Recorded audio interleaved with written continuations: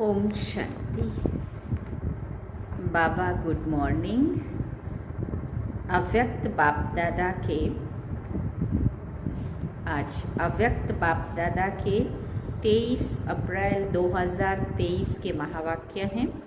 Revise course 14 अप्रैल 1994 में बाबा ने ये मुरली चलाई थी और सार में बाबा ने कहा स्नेह का रिटर्न है स्वयं को टर्न करना माना परिवर्तन करना।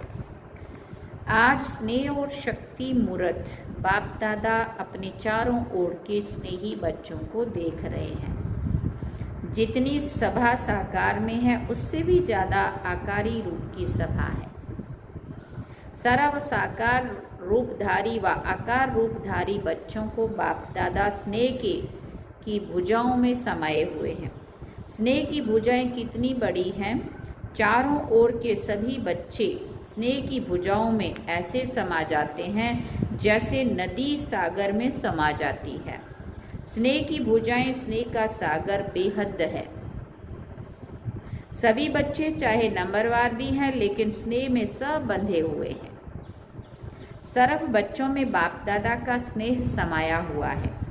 स्नेह की शक्ति से ही सभी आगे उड़ते जा रहे हैं। स्नेह की उड़ान सर्व बच्चों को तन से व मन से दिल से बाप के समीप लाती है। स्नेह का विमान सेकंड की गति से बाप के समीप लाता है। ज्ञान योग धारणा उसमें यथाशक्ति नंबरवार हैं, लेकिन स्नेह में हर एक अपने को नंबर 1 अनुभव करते हैं।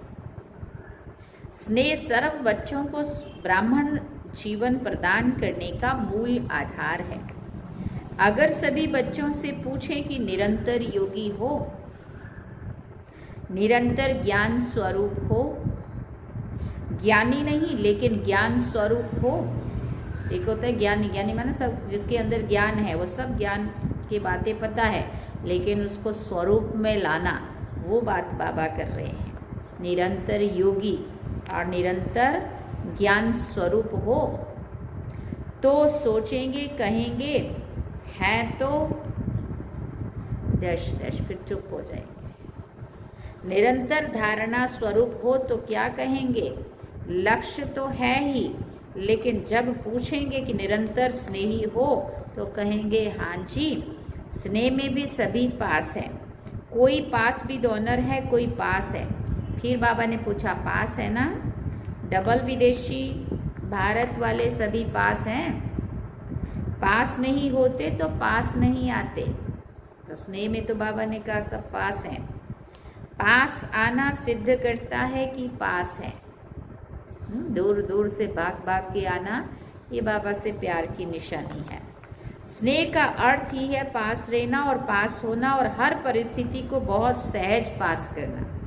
तो सभी तीनों में पास होना, पास करना भी सहज है ना, कि पास करने में कभी मुश्किल कभी सहज है। पास रहने में तो आनंद ही आनंद है और पास करना इसमें नंबरवार है या सब नंबर 1 है, पूछ रहे बाबा।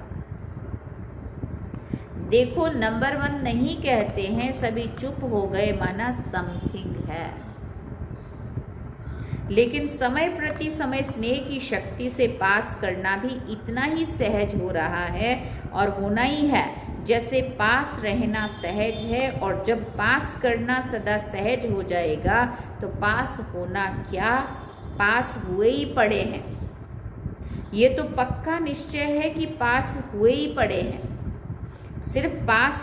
सिर्फ रिपीट करना है, इतना अटल निश्चय है। दूर बैठे भी सब नज़दीक हो ना, दिल तख्त पर हो।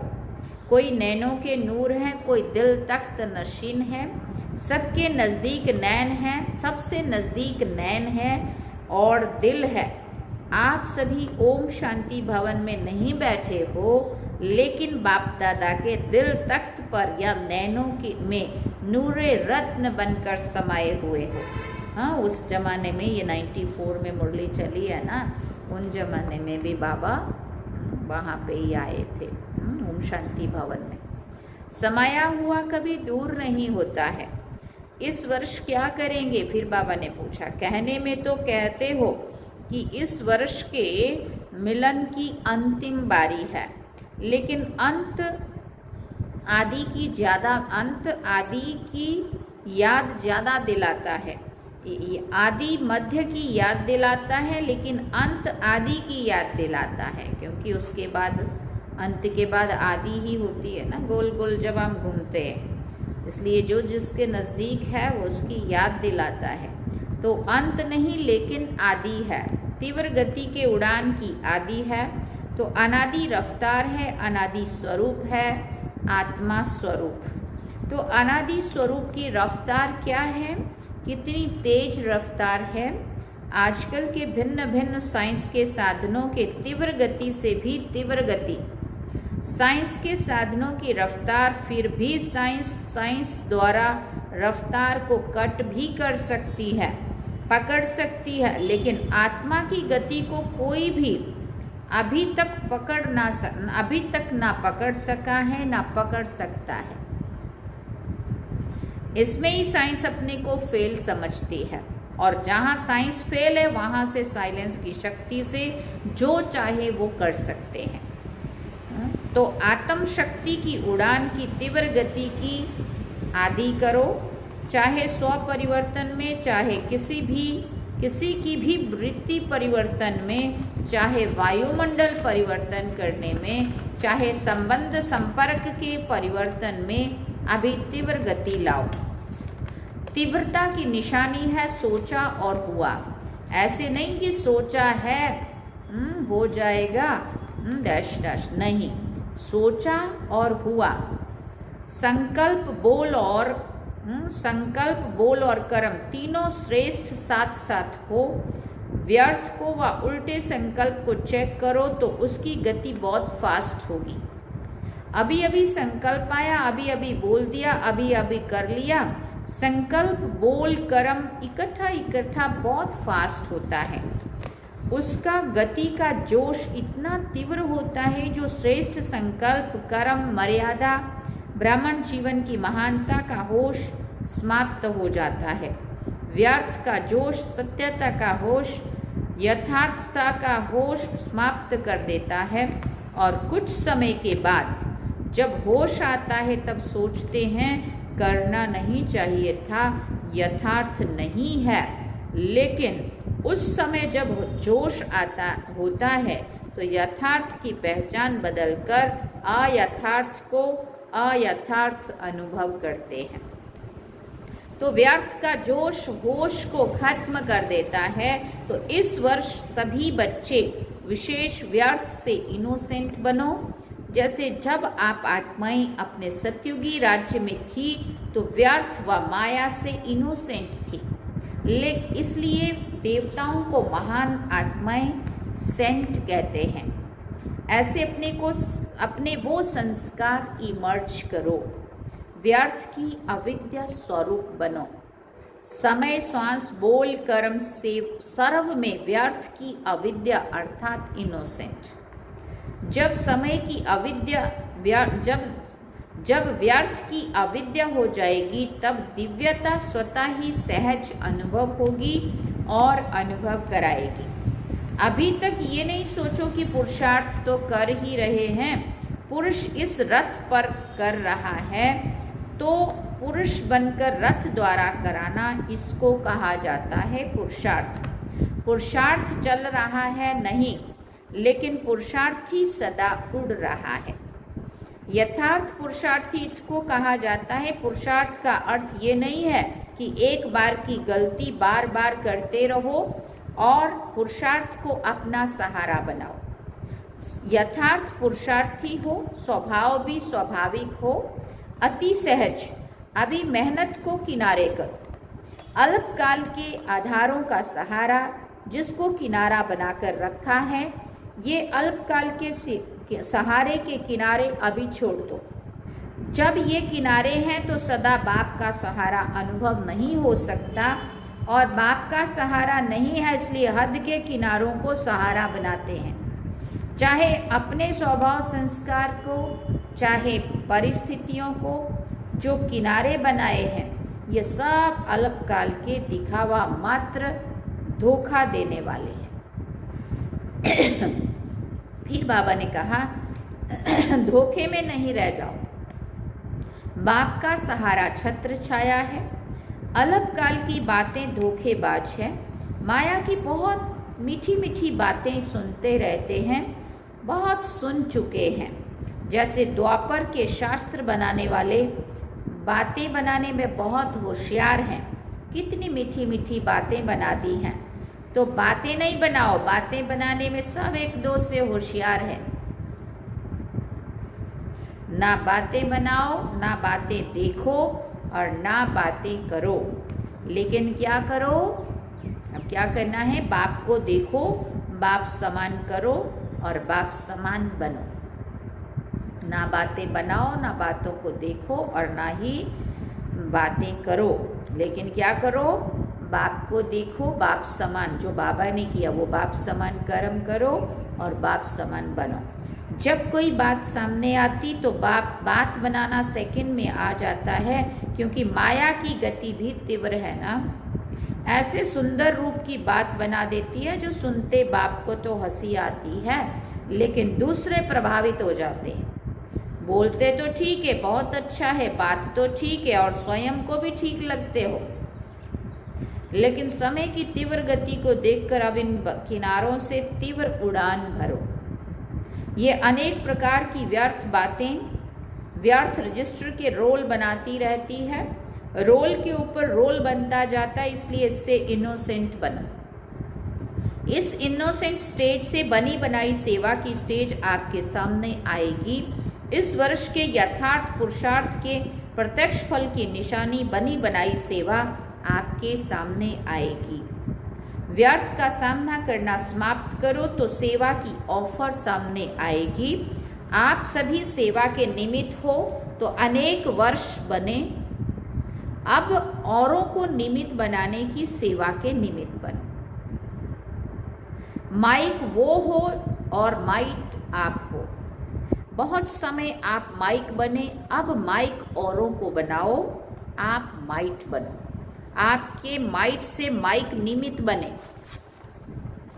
इसको कहा जाता है तीव्र गति के उड़ान की निशानी, कि जो बात हम लोगों को कहना चाहते हैं वो दूसरे लोग हमारी बात कहें। समझा क्या करना है? तीव्र उड़ान है ना, कि कभी तीव्र कभी स्लो। पूछ रहे हैं बाबा, सदा तीव्र गति के उड़ान में उड़ते रहेंगे। बादलों को देखकर घबराओ नहीं, ये बातें ही बादल हैं। सेकंड में क्रॉस करो, विधि को जानो और सेकंड में विधि द्वारा सिद्धि को प्राप्त करो। एक तरफ है सिद्धि रिद्धि सिद्धि का फोर्स और आपका है विधि संपन्न सिद्धि का फोर्स। रिद्धि सिद्धि है अलपकाल और विधि सिद्धि सदा काल के लिए है।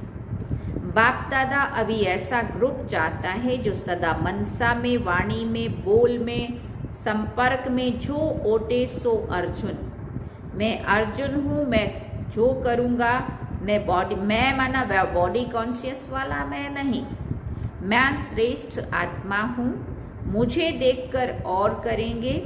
तो जो ओटे सो अर्जुन, जो गाया हुआ है अव्वल नंबर अर्थात अर्जुन, अलौकिक जन, ऐसा ग्रुप बाप दादा देखना चाहते हैं। बातों को नहीं देखें, दूसरों को नहीं देखें, दूसरे का व्यर्थ नहीं सुने, बस अलौकिक जन। संकल्प, बोल और कर्म सब में अलौकिक दिव्यता की झलक हो, इसको कहा जाता है अर्जुन अलौकिक जन। ऐसा ग्रुप इस वर्ष में तैयार होगा कि दूसरे वर्ष में तैयार होगा? बाबा पूछ रहे हैं। जो इस ग्रुप में आना चाहते हैं वो हाथ उठाओ। मुझे बनना है, मैं अर्जुन हूँ। फिर कोई ऐसा समाचार नहीं आवे कि क्या करें, हो जाता है, सरकमस्टांसेस ही ऐसे हैं, मदद नहीं मिलती है, फिर कहेंगे दुआएं नहीं मिलती है, सहारा नहीं मिलता है। बाबा ने कहा जिन्हों को कुछ समय चाहिए वो हाथ उठाओ। 1-2 मास चाहिए व 1 वर्ष चाहिए। जो भी ग्रुप आवे उनसे पूछना, फिर रिजल्ट सुनाना। टीचर्स तो पहले, क्योंकि जो निमित्त बनते हैं उनका सूक्ष्म वायुमंडल वाइब्रेशंस जरूर आता है। पदम गुणा पुण्य भी मिलता है और पदम गुणा निमित्त भी बनते हैं। और शब्द तो नहीं बोलेंगे ना, टीचर बनना बहुत अच्छा है, गद्दी तो मिल जाती है ना, दादी दीदी का टाइटल तो मिल जाता है ना, लेकिन जिम्मेवारी भी इतनी है। इस वर्ष में कुछ नवीनता दिखाओ। ये नहीं सोचो कि हाथ तो अनेक बार उठा चुके हैं, प्रतिज्ञा भी बहुत वर्ष कर चुके हैं। ऐसे संकल्प न सूक्ष्म में आए न औरों के प्रति आए। ऐसे संकल्प भी ढीला करता है। ये तो चलता ही आता है, ये तो होता ही रहता है। ये वाइब्रेशन भी कमजोर बनाता है। दृढ़ संकल्प करो तो दृढ़ता सफलता को अवश्य लाती है। कमजोर संकल्प उत्पन्न नहीं करो, उनको पालने में बहुत टाइम व्यर्थ जाता है। उत्पत्ति बहुत जल्दी होती है, 1 सेकंड में 100 पैदा हो जाते हैं। और पालना करने में कितना समय लगता है, मिटाने में मेहनत भी लगती है, समय भी लगता है, और बाप दादा के वरदान व दुआओं से भी वंचित रह जाते हैं। सर्व की शुभ भावनाओं की दुआओं से भी वंचित हो जाते हैं। शुद्ध संकल्प का बंधन घेराव ऐसा बांधो सबके लिए, चाहे कोई थोड़ा कमजोर भी हो, उसके लिए भी ये शुद्ध संकल्पों का घेराव एक छत्र छाया बन जाए, सेफ्टी का साधन बन जाए, किला बन जाए। शुद्ध संकल्प की शक्ति को अभी कम पहचाना है।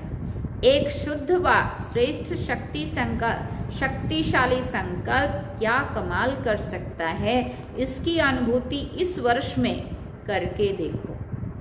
पहले अभ्यास में युद्ध होगी। व्यर्थ संकल्प शुद्ध संकल्प को कट करेगा।